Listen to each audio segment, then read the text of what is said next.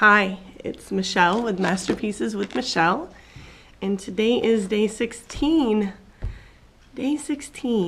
of my 21-day mandala inspiration. So I thought about it and I was like, you know what, today I want to do some crayon rubbings. So I don't know if you know what crayon rubbings are, but it's where you put something underneath your paper and you rub over top of it with the crayons. And so I have a couple of bowls here that actually have glitter in them, so I'm not going to tip them up that much. And then I'm going to put the paper over top of it and maybe tip the camera down a little bit so you can see. And this is my other camera, so I know that this will work out pretty well. And so put that here, and I've decided to use red. So just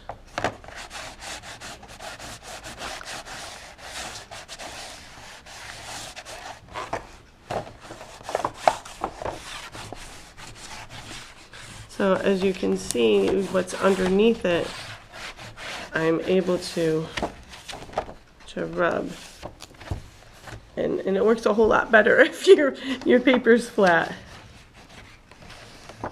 So, but now I have my circle. So there's my circle, and then these are texture plates. You can get them for clay. So like this one is snowflakes.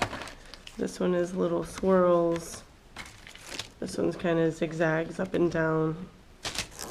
This one's like diamonds and lines back and forth. This looks like bricks. And if they look a little dirty, it's because I've used them for clay. So, but I've got a bunch of them here. So what I'm gonna do is, this one is stars. So I'm gonna put them underneath and see what happens with that. And it's not gonna be very very organized. It'll just kind of be fun. So I don't know if you can see.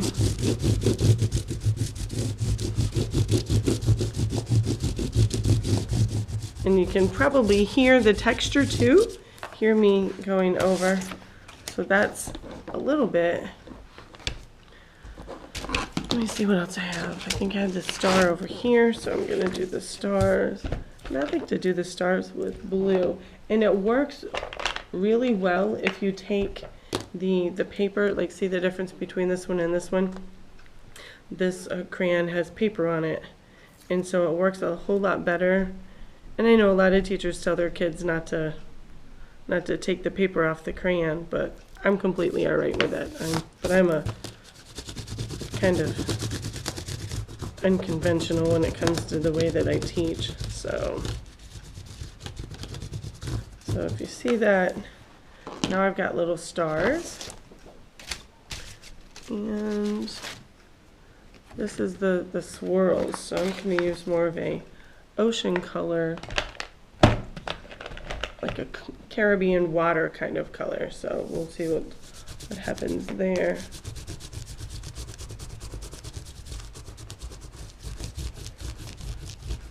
And you know, you can overlap the colors if you want. Have a little bit of fun with that. Let's see what else, what other textures I have. This one's kind of bumpy. For the paper like this, you're going to want to use that's a little bit thicker because of the nature of it. You know, you can paint anything on it. What do I have? Green, purple, orange. What do you say? Pink? How about pink? Oh, here's a copper. It's a shiny metallic copper. So if I just use the side of my crayon, I can get that kind of. And then you know what I can do is I can actually bring this over to another spot and make little designs.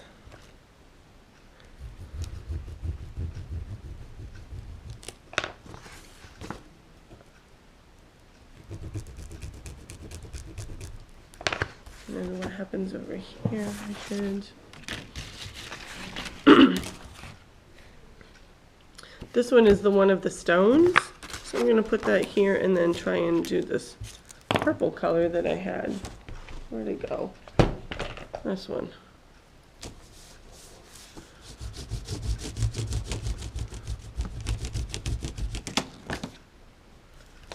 And then I could even do that with the other ones too. A little here. A little there.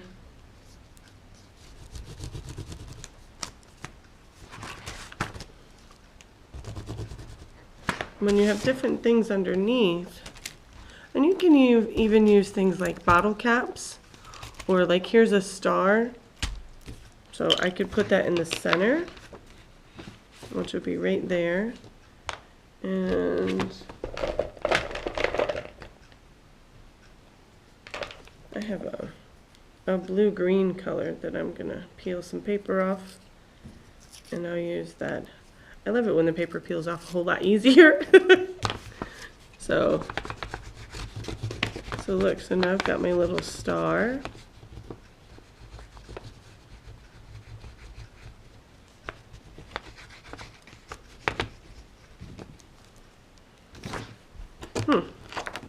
Again, the paper's really thick because I'm able to use so many different mediums on it. So that's why it's usually if you use like regular paper that you would just use for copy paper, it works, that they come through a whole lot easier.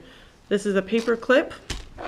I'm gonna put a paper clip right here on this side and see what happens here. See, so there's my little paper clip. And then maybe I'll do it here in this area. And the kind of cool thing about putting it underneath is that you don't know, unless you're very precise, you don't know what direction it's going to be.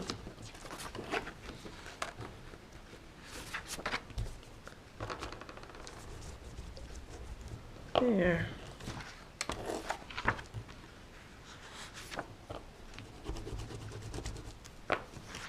And just have fun with it. So you can put anything. You can put change, you can put rocks. You can go, sometimes I take the kids outside to do trees. Like go out on trees and play with the bark and that type of thing.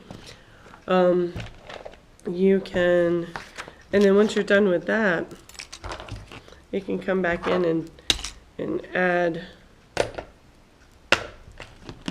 dimension. And you know what, I actually have, before I go in, not dimension, but details, I have a pair of scissors that I could go over top with. Got a lot of strong colors on this. What about an orange? Let me see if this will work.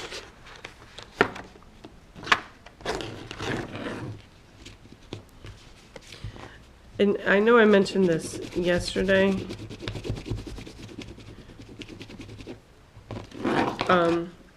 The whole idea of art being a way to process about figuring things out, and you know what works, what doesn't work, what melts. I mean, you can always read the instructions and that type of thing, but honestly, what kind of fun, you know, unless it's going to blow up, what kind of fun is it in instructions? I really like to just explore.